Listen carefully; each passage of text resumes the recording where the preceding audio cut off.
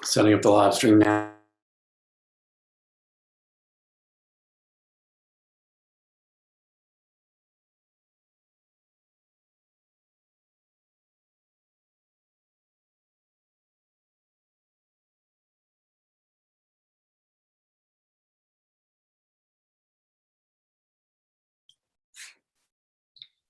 Okay, this is a 7-second lag, testing the feedback on YouTube.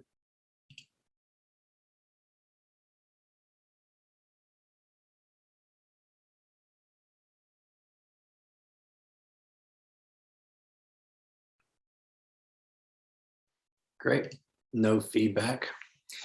All right, we're gonna open up screen sharing for folks. All panelists can have screen sharing. Who can start screen sharing? Everyone can start at any time. So if we need to change out, that's open. Hey, Miriam.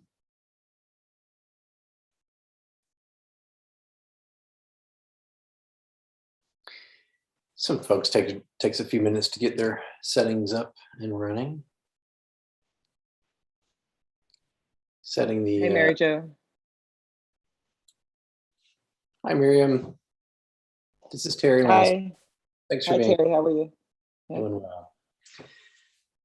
Just setting up the YouTube and the webinar for us today. So we're going to follow the host's view for right now. But I think that in order to be better for recording purposes, we're going to do the speaker view so that when you're speaking, Miriam, you'll take over. And when Mary Jo's speaking, that she'll automatically take over. Does that work for you guys? Yep. That works for me. Miriam, would you go ahead and share your screen, or would you like me to share your slides for you? If you do that, you'll need to kind of say next slide, please. But either way works well for me. Terry, the question I think is were you able to view the 2 videos that I had in my slides? I know that Mary Jo wasn't able to, and because I guess they weren't, you have to download them and open them from the PowerPoint app. Let's see, I cannot open. Do you have the link for the first slide?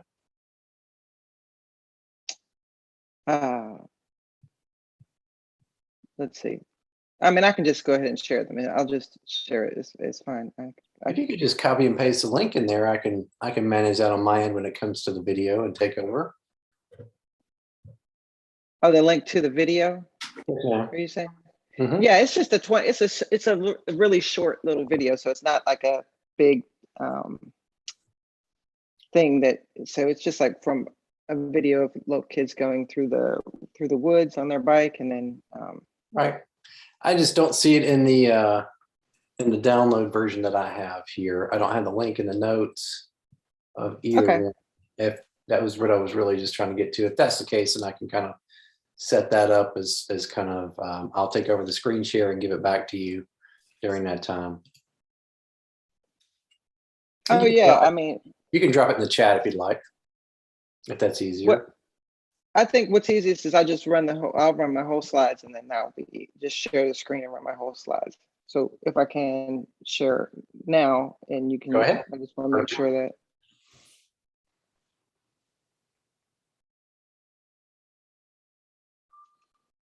So everybody can see them? Yes, ma'am. Yeah. Mm-hmm. Okay, and then I just want to make sure that yeah, sure, that the video comes up. It's going to buffer a little bit. I just want to make sure that yep. There's mm-hmm. Yeah, I can see it. If we can go back to before you leave that slide, can you click and stop it at 1 second? Okay. If you hover over your timeline on the bottom there. Hang on when it reloads again. Down and okay, hold it right there. Don't click on it yet. Oh, that's fine. But drag that white dot all the way to your left. There you go. Perfect. So now it's staged and ready for you to go. So if we can go to your next slide. Okay, so that's fine. There we go. We'll see how it works. Then your other video is coming up. At least we'll have it buffered and loaded. Mm-hmm. And do the same thing if we can, just try to pause it right when it comes up.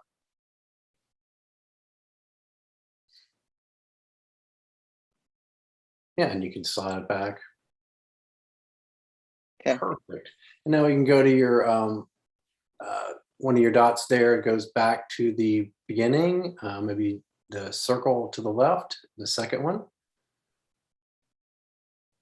Let's see. This one. Let's see. Where you want to go back to the beginning? The first circle, yes. The first circle? Yeah, you see the pin and then the first circle, then you have the 3 dots. Yes. Yeah, just click on that one. There we go. It wants me to Good. access my. Yes, that's right. We needed to do that because hopefully we can, if there's sound on the videos, we have the sound now. I Got got you. And then now we can kind of go back to the beginning. Okay.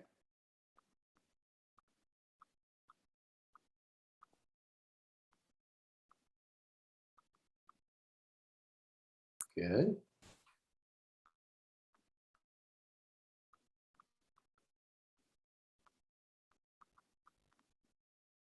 Here we are.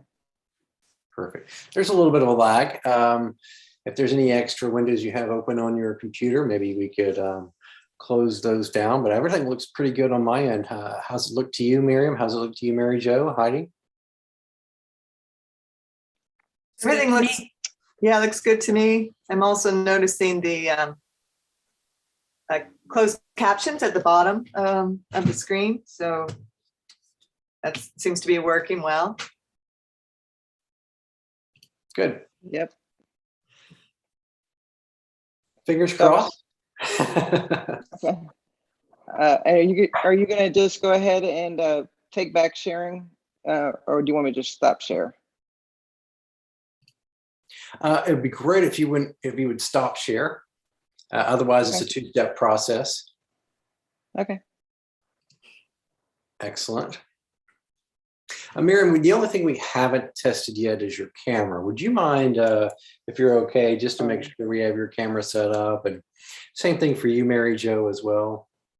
Yes, Terry, I tried clicking on my camera and a dialog box pops up, says unable to start video because the host has stopped it. Yeah, mine as well. Okay, let me see if I can correct that.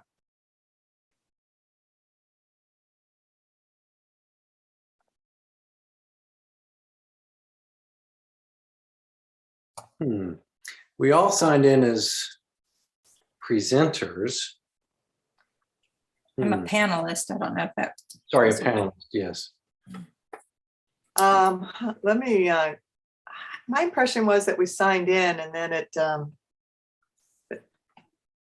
you would switch us over. That's what I recall, the sequence, but let me just double check. Yeah, but if you look under participants, it says we're all panelists. Correct. Oh, thanks. Okay. Automatically go into there. So let's just see.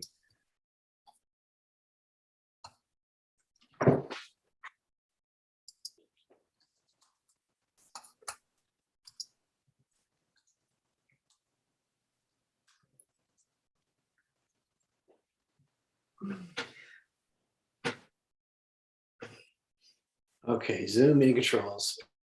Participants, click more. Okay.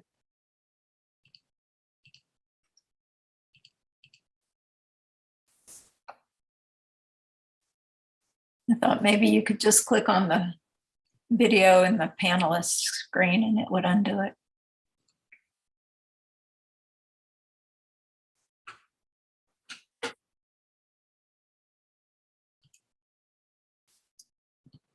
We'll try this just to make sure. I think I got Mary Jo. Let's try Miriam as well for co-host. See if you can turn your cameras on now. Ta-da. Great. Yay. So thank you very much. That's why we want to get on a little bit early, work through those details. Perfect. Heidi, do I need to do the same for you, or are you okay? I'm fine in the background. Thank you. I'd be there too, Heidi, if I was you. I'm not all dressed up like Mary Jo. I'm just going to I'm sit in the trying. background. So I'm going to put you as an attendee when it comes time, just so I don't have to battle your image. Is that okay, Heidi? That's fine. I don't mean to say that in a negative way. No, but that's fine. I didn't know if I was supposed to be helping with the Q&A, but I'm fine being an attendee. That's cool. you should be able to see the Q&A as an attendee. Well, I think you can send the Q&A just to the panelists, or you can send it to everyone. Sure. Sorry. Just getting these questions. So. Only host and panelists can see the questions is when I clicked on the Q&A. That the dialog box opened up, no open questions. And then underneath it says only hosts and panelists can see the questions. Allow attendees to view answered questions only or all questions. Attendees can comment. Okay. Now it's changed. Mm-hmm. Everyone is in this webinar can see it. Great. And then one more thing, Terry, I see it in the dialogue, another dialogue box. It says you are in practice session. That's and then right. the blue button says start webinar. Do you want me to click on that? No. No. No. No. Glad I asked. We had to do that last year because we were dealing with visually and hearing impaired participants. So we had this kind of wonky little practice session transition. So nothing's going on for folks who are attending right now. We don't have anybody in the attendees who signed up yet. So when we unclick practice, everything is live. So we want to kind of recognize that. So I'll have my presentation ready to go and rolling in the background to help that process along. Okay. I'm going to clean up the background, speaking of that. Checking my email just to make sure nothing. Okay. Minimize that. And while we are live on YouTube right now, and that's perfect what you've just done, Mary Jo, and cutting your camera off when you're not on. Just double checking that as well. When I kill my video, it's a 7-second delay. And Miriam should be the only one on YouTube in just 1 second. Perfect, Miriam. Excellent. All right.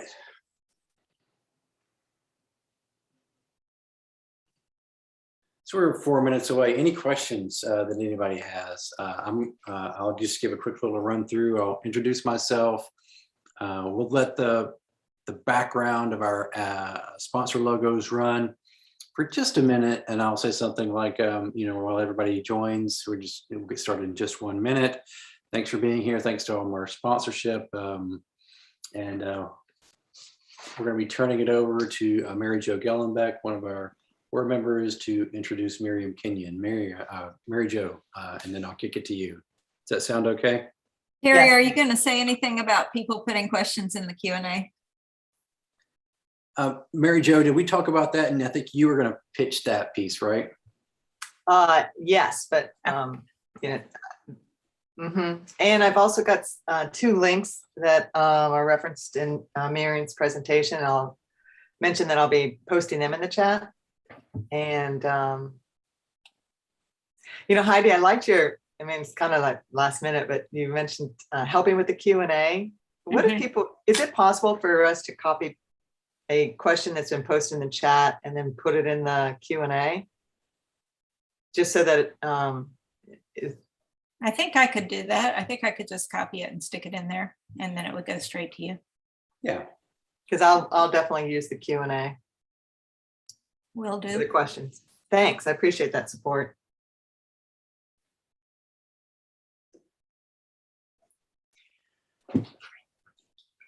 All right, with that, if everybody is okay, we'll go ahead and take your cameras off.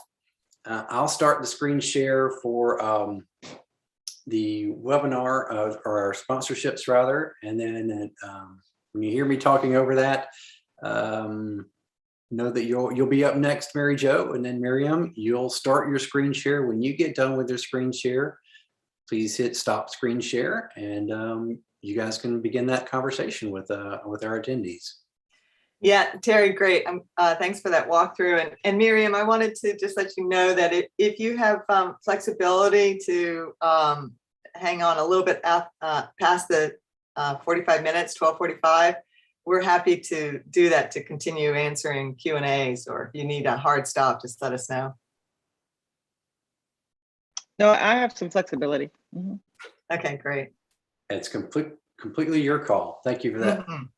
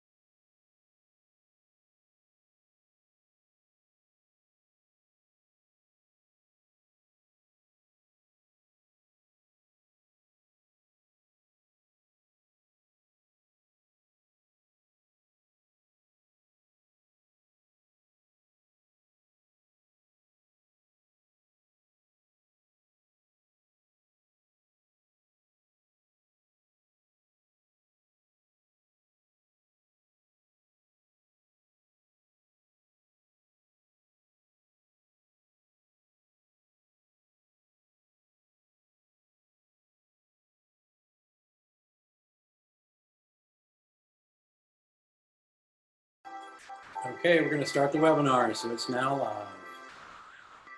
Thank you for being here.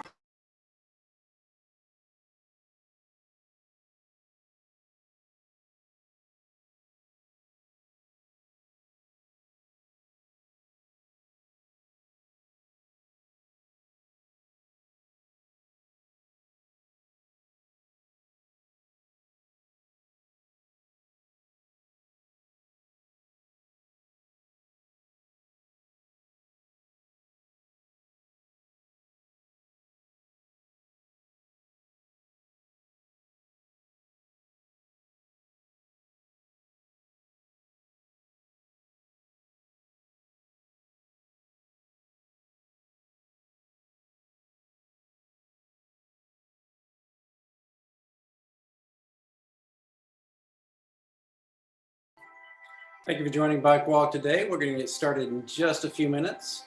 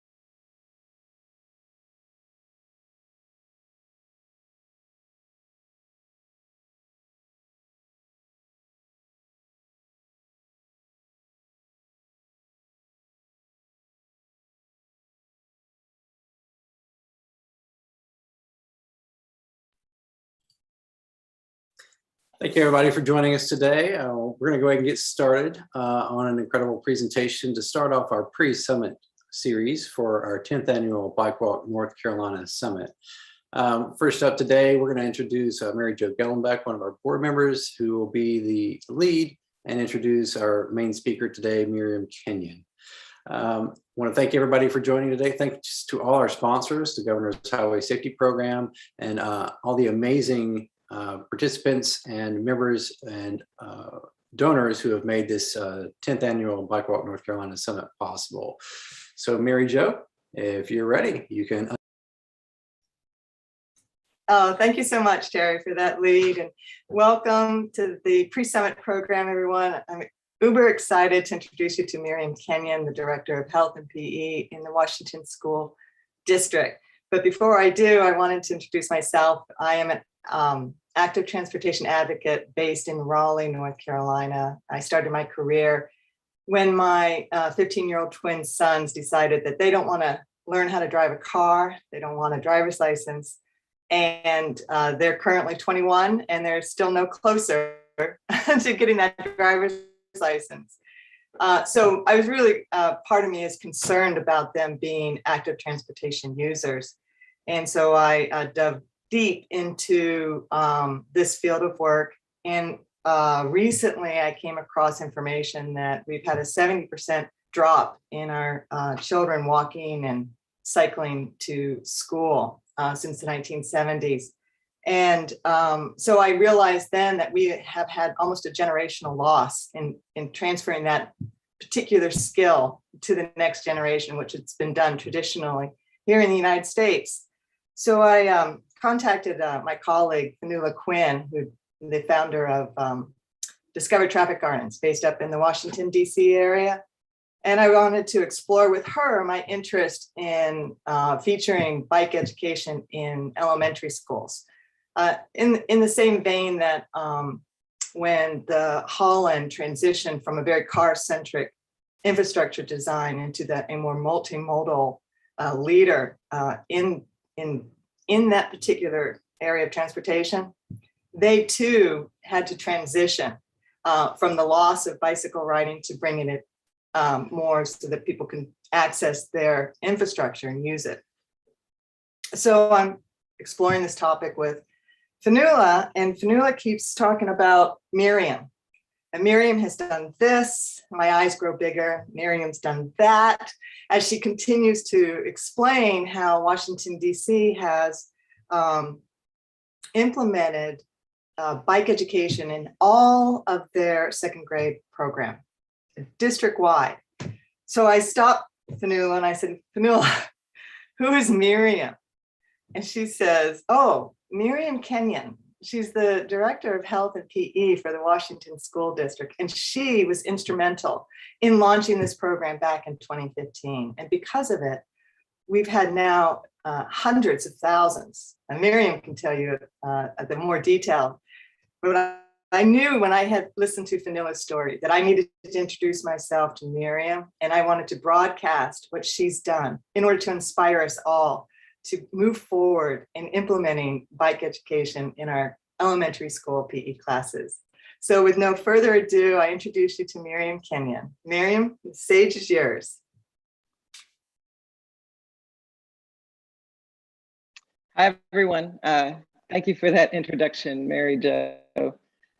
Yes, so let me go ahead and share my screen so we can go. So as Mary Jo said, I am Miriam Kenyon. I'm the Director of Health and Physical Education in DC Public Schools. And this will just discuss today our Biking in the Park cornerstone, where every second grader in DC Public Schools learns how to ride a bike and culminates that learning with a ride to the park, a 5 to 7 mile ride to the park.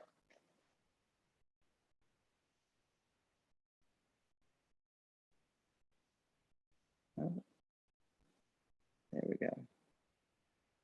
So first, in my role, I oversee all of the curriculum for health and physical education, the professional development for health and physical educators, And I got this email from Daniel Hoagland in 2014 from Washington Area Bicyclists Association.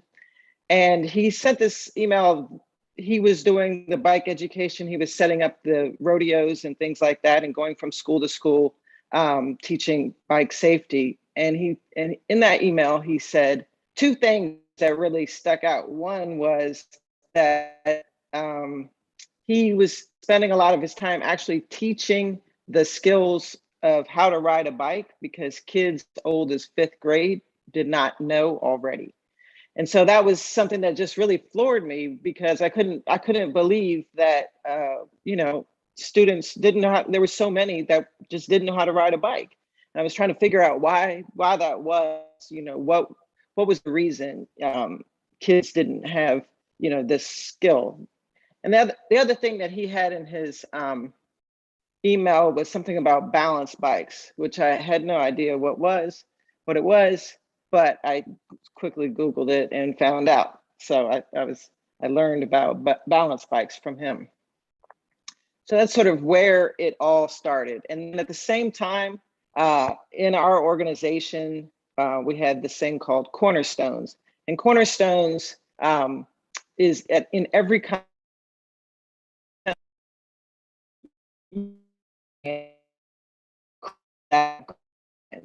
And so for reading, for science, there are all these different cornerstones that the idea was that a child looks forward to that grade and these things that they learn.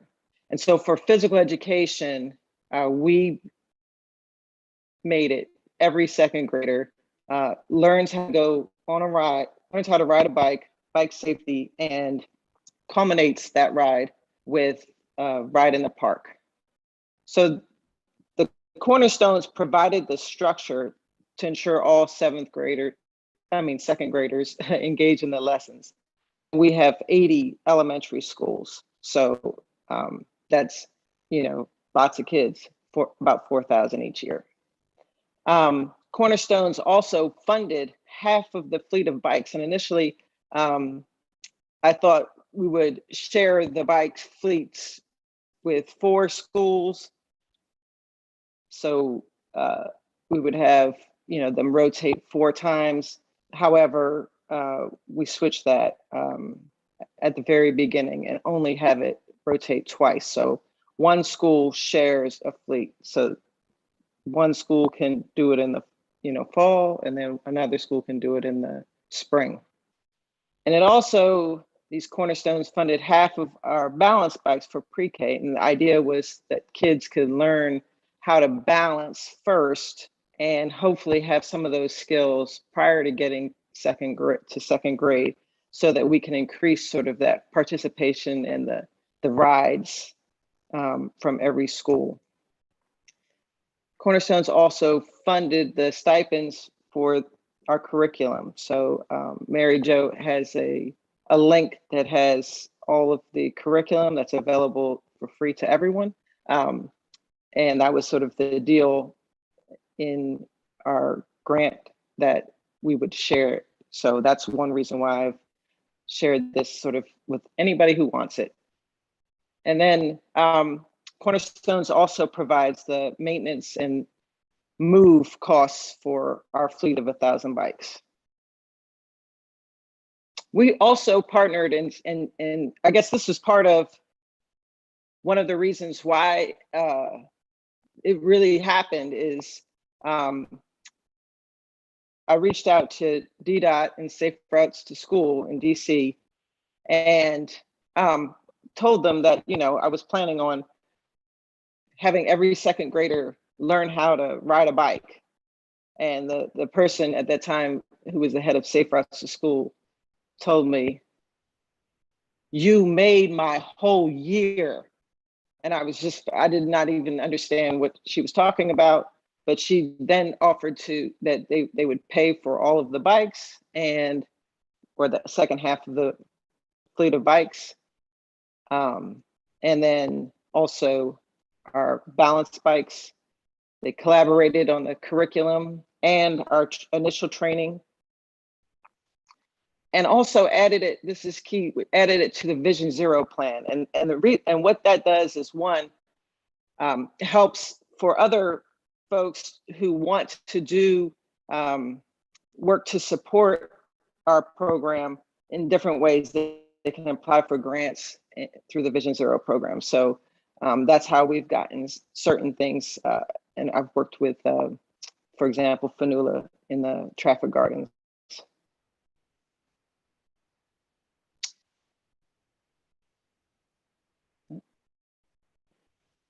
So I know this video is buffering.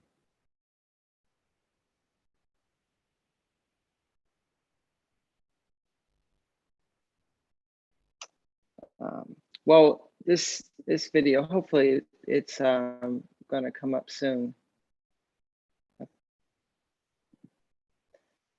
But the time came. We had to get all of these bikes built. So this is a video of sort of a time capsule of all of the volunteers that built the bikes. Again, 1,000 bicycles for all 40 schools, and then to share with the other 40 schools.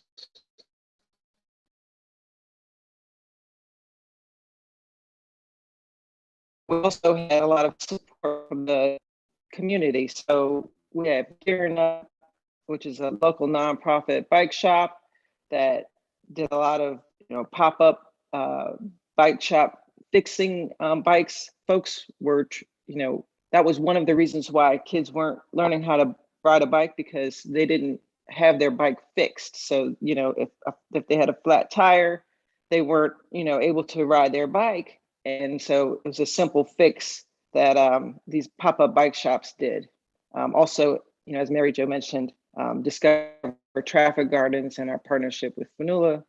Anyway, a huge amount of support from the biking community. This picture here is at the top corner is of Jeff. And Jeff was a parent and also a volunteer. And he had some experience teaching people bike safety and education. And one of the key things that he told me was, he said, what you need to make sure you do is that if you have people own their ride, you're not putting it on someone. If the teachers own their ride and they have some, then you're going to have a bigger, support. You'll have more support from the teachers and things like that. And so when rolling out this, it sort of was a surprise to all my teachers as well. Kind of made the news probably before they actually found out that they were going to be teaching all their second graders how to ride a bike. But in that first day, in sharing with the teachers that, I took Jeff's advice and empowered them all to, we had come up with a map of every ride that would go from the school to a nearby park. But we also said that, you go on that ride yourself and you make adjustments, your area, your school, make adjustments yourself based on, bike lanes, based on the different types of bike paths that are in the area. So, this is your ride, your school's ride. And that really actually took off because each person had their own ride. Each school had their own individual ride. And it was an experience that was unique for those students.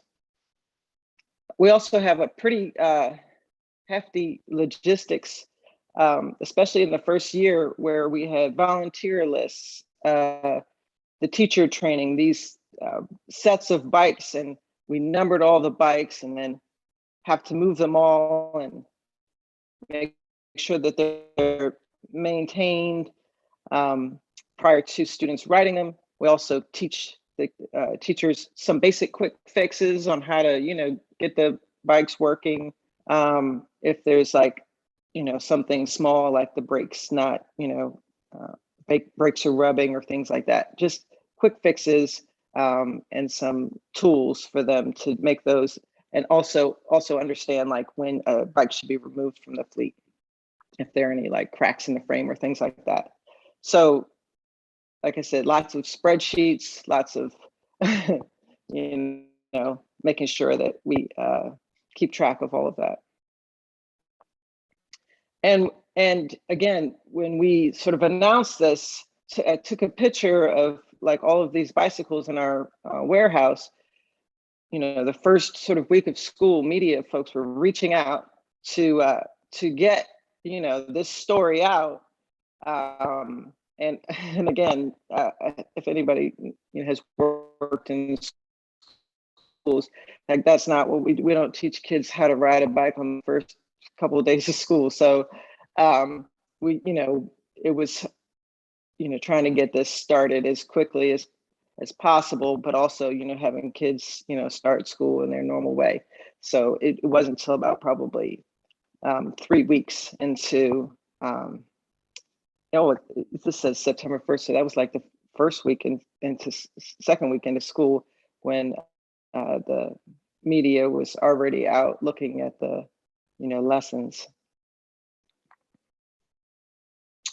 So a lot of people ask, you know, why second grade? There's a lot of very second grade. One, there's a standard in physical education is, you know, based course. There's a standard about second graders persevering through a challenge. And so I thought that really captured sort of this idea of this group ride and persevering through a challenge to go 5 to 7 miles. Also, they're just the right height where they're not really yet embarrassed to fall, or they don't have so far to fall.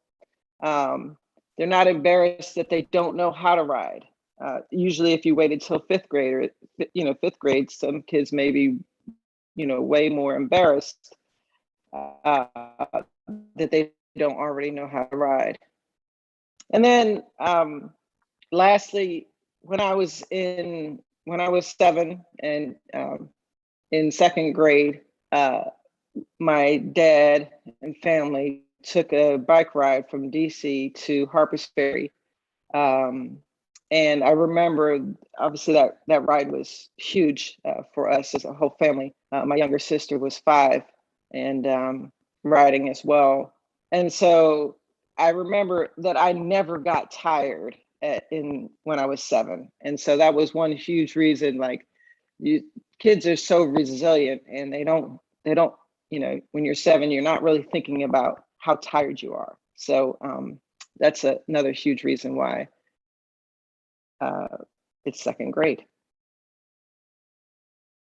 So the lessons begin with, you know, fitting helmets and checking the bikes, the ABCs of checking your bikes. And then, as we mentioned, the balance first. So push, push, glide, making sure that students get that balance first. And that's one of the things that's the most difficult to correct, that what I call training wheel lean. So we want to make sure that students are focusing on that balance prior to getting that confidence of being able to, you know, manipulate the bike without balance. It's much harder to correct. And then we have various obstacle courses that are set up to practice, you know, going straight and then around, you know, following stop signs and things like that. And we've added, and it wasn't in the initial lessons, but we found that the transition from the classroom to the actual rides were, there weren't a lot of practice for hills and things like that you have in sort of the real life rides. So we added a practice, and this is just right outside one of our schools. They have in the area where they could practice their hills, but each school, you know, has some, you know, generally some area right around the school where they can practice hills and maintaining the control of the bike when it's going faster than they are, used to in the gymnasium or on the blacktop.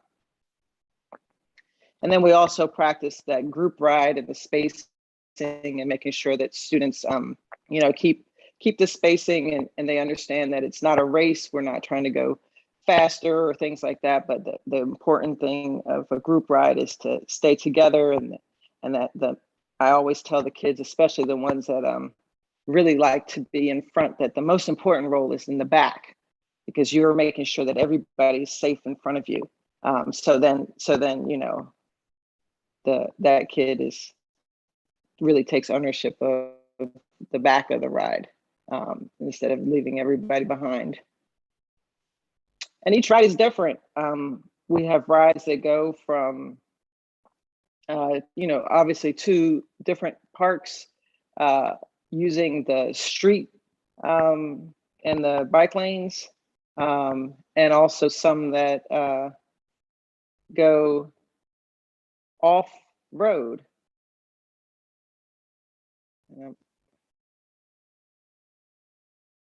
This is an image that one of my teachers had asked me. There was quite a few hills in the area, and the ride for him, didn't really seem, great. So he said there was this bike path close to the school, and could they use that bike path in this park?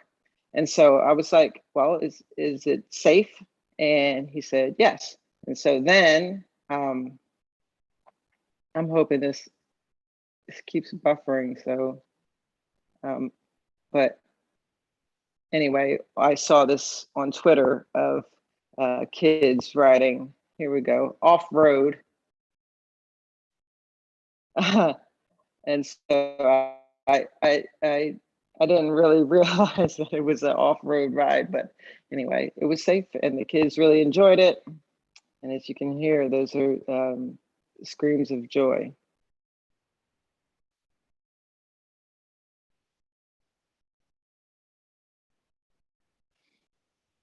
And like I mentioned before, we've had some different types of support through our Vision Zero, being on this Vision Zero. And one of that was this addition of traffic gardens and Fanula. This actually helped, fit some of those gaps. So one of the gaps was the hills. Another gap was just sort of all of the street markings that don't really, that aren't there. You can't really set up an obstacle course. Can really just go on the blacktop where kids are, and you can create it and make it a small street for kids to practice on prior to going out in the real street on their ride. And so this is great. Kids can use it in the neighborhood as well to practice learning how to ride. And like I said, that puzzle of why kids don't know how to ride still is unsolved. It's not based on the area. It's not based on income. It is just so varied in our schools that we cannot pinpoint that. But one of the reasons is definitely a safe place to practice. And so these traffic gardens, which are now part of our modernization plan, and whenever we modernize a school, we add a traffic garden, modernize an elementary school, we add a traffic garden so that kids can practice and learn how to ride a bike prior to coming into 2nd grade if they wanted to. They also can practice at school during recess. So we have the balance bikes available for the pre-K kids to do that. And they also can do it in PE class. So they're a great addition, and they just, use the space that's already there and don't limit anything about the use. It can be used to run around if you wanted to run around. So the traffic gardens have been a great sort of addition to supporting the 2nd grade bike program. And with that, I I'm going to open up to any questions you have for me. I think Mary Jo will help facilitate that. Oh yeah, I got questions zooming all over in my brain. So Miriam, I think, shall we go ahead and stop your sharing? Yeah, so we can get that grid look. Thank you so much for your time to put that together and, really talk us through the sequence of events of how it came to fruition. I cannot express the excitement that I have over what you guys have accomplished. The aspect of equity and enabling every person exposure to be able to ride a bike, it just fills me with joy. And I know that this infrastructure is active transportation infrastructure is going to only increase further as we move forward. And so by enabling your DC kids with this skill, it's a skill that they'll use throughout their lifetime. And it will be so valuable, not only for having a healthy, active life, but also enabling them to have an alternative mode of transportation, which is an affordable one, as we all know as well. So kudos to you for launching that. I wish for every district across the United States to be able to do it. And so with that said, I want to invite everybody to post any questions that you have in the Q&A. We're watching that closely. And Miriam, do you have that Q&A? Can you open that up as well? Is it possible for you to be able to see it? Yes, I see a question here about manpower, and I'm happy to go ahead and just answer that. Yeah, that sounds great. So there are 6 lessons, and the 6 lessons are taught by one PE teacher. So one PE teacher has a class of kids, and each class has a set of bikes, and the lessons are set up that way. And then to prepare for the rides, we try to make sure that there are 3 adults on each of the rides. So like one at least at the beginning, and the one in the middle, and one at the end. And at the beginning, it was a lot of volunteers from the bike community. However, now the school sort of owns it. And so the 2nd grade teachers want to go on there, parents want to join the ride.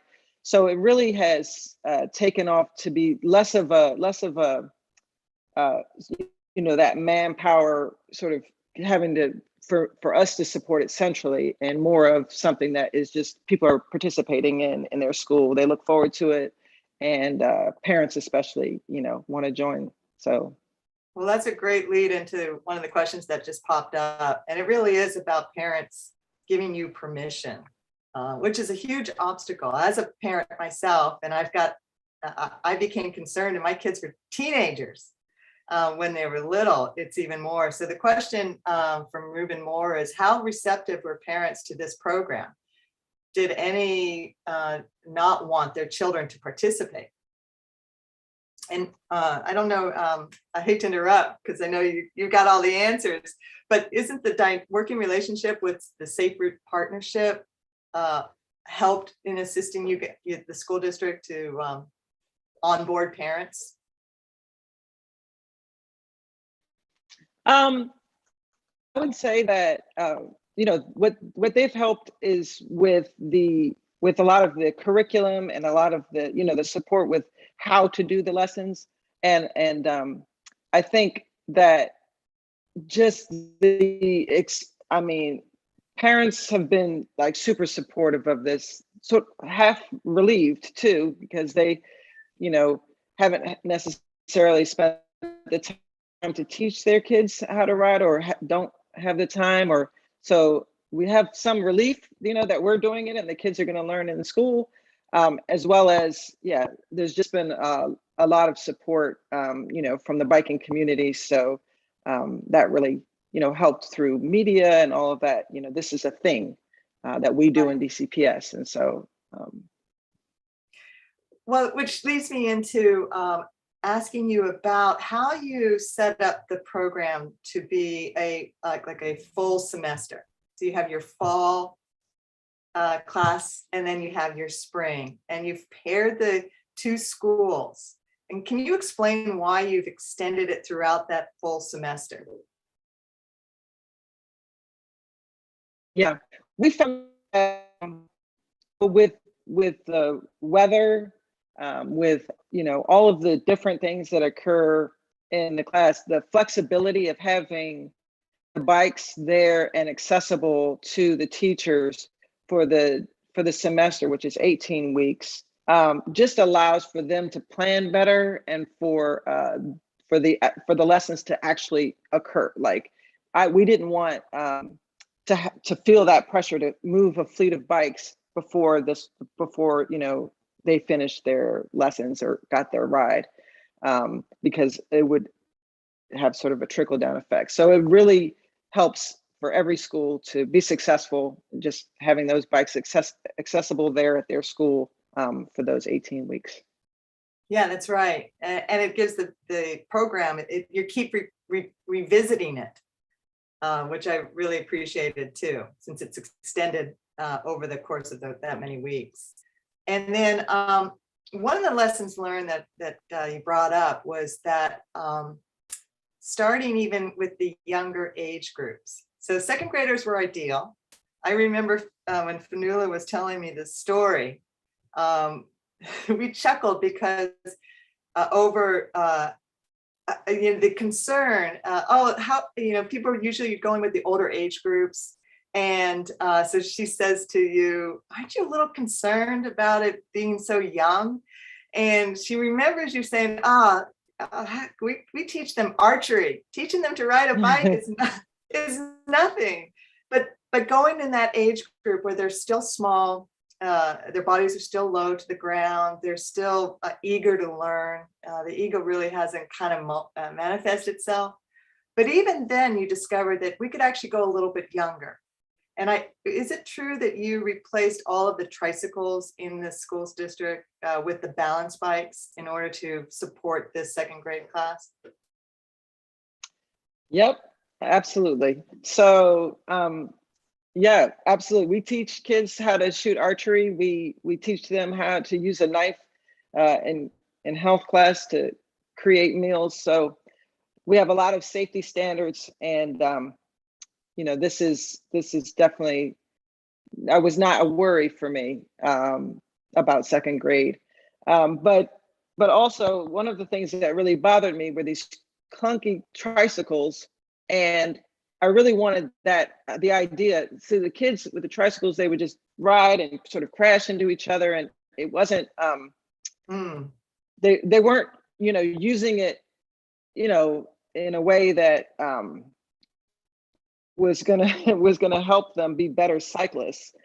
They were just out there on the playground and just running over everything, and I just noticed that, and I thought, well, if we taught the kids, had them have these balance bikes accessible to them during recess, how many of them will get that balance first, and then it'll be an easier time when they're in second grade to teach them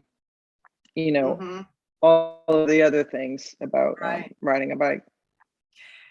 So this has really brought up two good questions, or they're kind of in the sequence. And it is about students who may have physical or sensory disabilities. When we were talking about the trikes versus the balance bike, one question was, if you don't have a trike, how do you accommodate the different abilities or disabilities?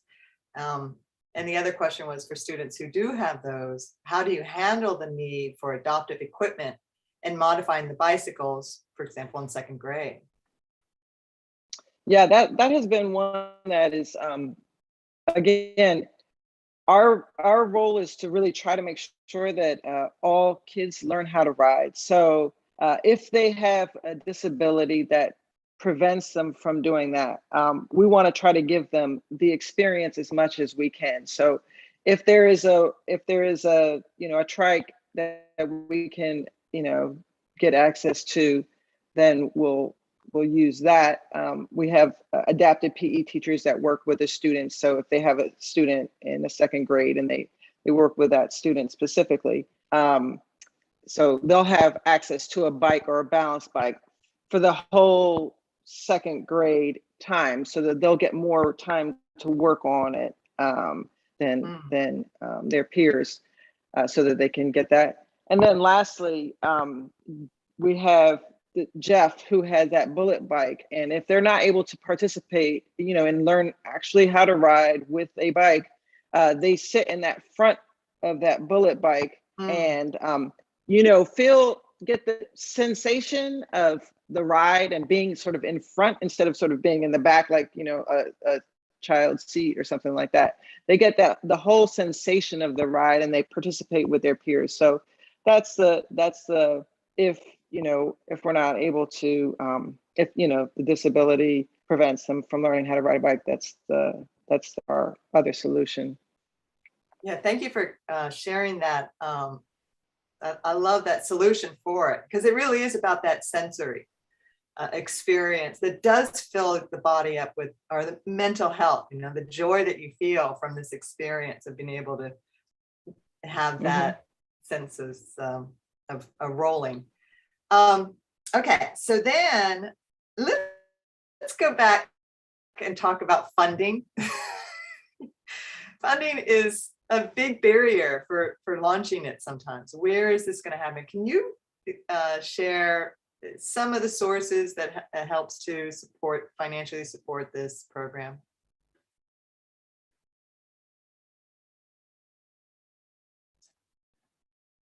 Yeah, I would say this in that the biggest, most cost-effective thing is that the health and PE teachers are already in the school building. And so they are already funded. And usually that's the most expensive part of teaching any bike curriculum. It's that individual who's going around to do that person's salary, or that cost. And so the other costs were sort of one time times, again, we're in 2021, so 6 years of a fleet of bikes, and it's used over 20,000 kids. 20,000 kids have used these bikes. So that brings sort of a cost when somebody's looking to fund something, and saying, like, well, this is actually a very cost-effective way to do it. So Safe Routes to School and DDOT, like I said, helped purchase that, as well as from our Cornerstones funding. So that was a funded curriculum with DCPS that had different, like Bloomberg, I think, donated and things like that. But that was also provided the funding. And then the annual cost of the maintenance of the bikes and the move, which is the only annual cost, and maybe replacing some helmets. But that annual cost is, when you're looking at a budget for school, is nothing. It's about $30,000 to maintain and move the fleet. Twice, Right. Maintain twice, move the fleet once. Great. And that's Great. Thank you for kind of laying it out for us. And then I want to jump into traffic gardens, because we will be featuring traffic gardens at the summit. And a traffic garden is more than just an obstacle course, right? The traffic garden has a miniature replication of streets, and it plays right into DOT's one of our E's, which is education to increase traffic safety. And so I commend you for bringing it to the school's attention, and having them be implemented in all the new renovations that are being taken place. Can you expand on that conversation a little? Yeah, I think that one of the things, if you look at schools, you'll see sometimes they'll have like different things drawn on the blacktop, but a lot of times it's just sort of on the playground blacktop, and it's there, and it's not unused space. I mean, it's a used space, but it can be so much more. So this also is like another cost-effective, great way to sort of connect the education as well as recess and that for students. So they see the street patterns. We intentionally we have lessons for the pre-K, and we also have obviously our second grade lessons, but they're making those connections between, and we have movable stop signs and things like that. So the stop signs are things that stop signs, yield signs, those things are movable, but all the patterns on the they just stay there. And kids can make those connections between the crosswalk in on their traffic garden and the crosswalk in the street. So it's Right. that has been just what all the modernization architects want to do is like do something that's very useful and also something that can still have that multi-use space, still be that multi-use space. Right. In Raleigh, we've hosted 2 pop-up traffic gardens, and essentially those are put in the morning. They're used at an event, and at the end of the day, we strip it away. And one of the things that I really picked up to is that on this miniature scale for the children is that they were able to really viscerally experience being a member in traffic, because it's all kind of shortened, it's all kind of small. So when they came up to the intersections, when you tell a child to look left and right before crossing the street, they do the and then they head. But when they were on the traffic garden, what I witnessed is that they were actually looking, right? They were looking for their peers that were coming. Yeah. And they paused and waited, or they timed themselves. They created that sense of timing to be able to enter into the travel lane because they knew they could make it in time. And so there was this heightened awareness. Did you guys use pop-up traffic gardens to kind of start the conversation to show what their value is? Well, you had Fanula. We never do the short.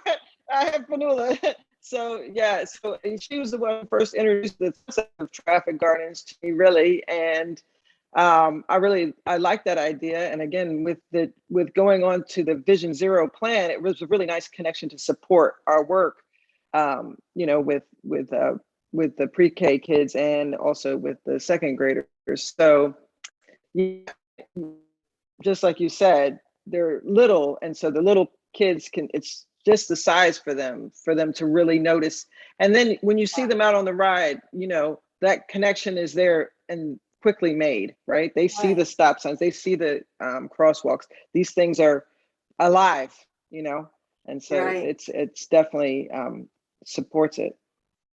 Well, we're right there. It's at 1:46. I have one more question. Are you able to stick with us? And I'll ask this question because I really like it. Because the question is expanding the conversation of using these bikes as also transportation, right? So, pardon me. And the question is there any effort to incorporate bike racks on the school buses, right, of DC, so that students can transport their bikes one way, then ride the other in case of darkness due to shortness of days? It's brilliant. Kid rides his bike, but then the other day it's too dark. I'm going to get on the bus instead and bring my bike home with me that way. Kudos, Stephen, for that question. That's a great question. So to answer your, DC is a little different in that we don't actually bus our kids, but they use the metro. So they all sort of ride free on the metro bus to school if they take any type of transportation, or their parent drops them off, or they walk to school. We do have like DDOT has installed bike racks outside of schools so that kids, when they start riding, they're riding to school, they can lock their bike up, because that's another big problem. And also on the metro bus, they can put their bike on the metro bus. The bikes, the bus carries those bikes. So if they wanted to ride to school and then ride back, that's fine. That's true. I mean, DC, it makes my news feed for all of the progress it's making in this multimodal investment in their infrastructure.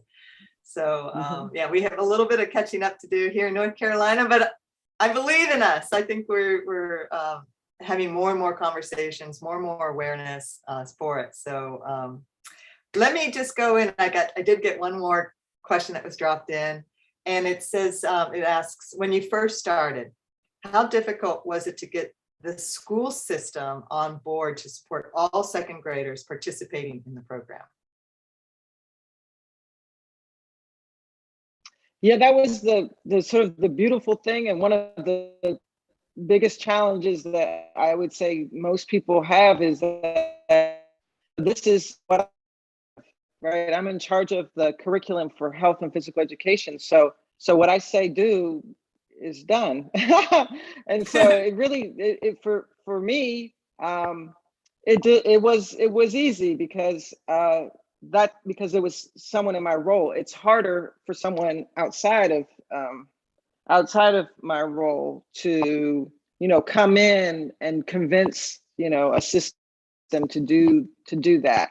But if you have someone in a role like mine, you say, this is what we want to do, and then we do it.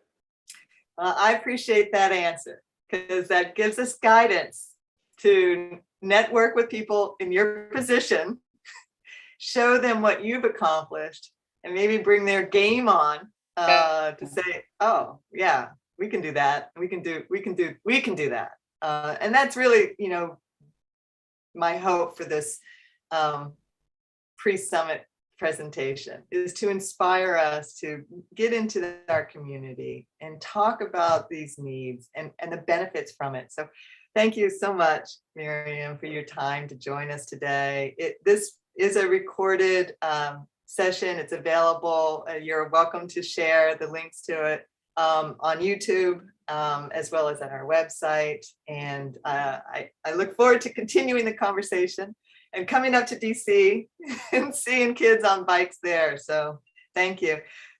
With that said, Terry, you want to pop in and close us out, or shall I just let everyone know? Sure. Thanks, Mary Jo. Thanks, Miriam. It was a really great and informative presentation today. A great start to our pre-summit workshops and sessions for this year. I want to remind everybody that on this same link, at 3 o'clock, we're going to have our second session today for Vision Zero, what's being done to get us here. Once again, thank you, Miriam. Thank you for Mary Jo for setting great examples and showing us what is possible out there. Thank you very much, everybody. Have a great day. Bye, everyone. Thanks again, Miriam.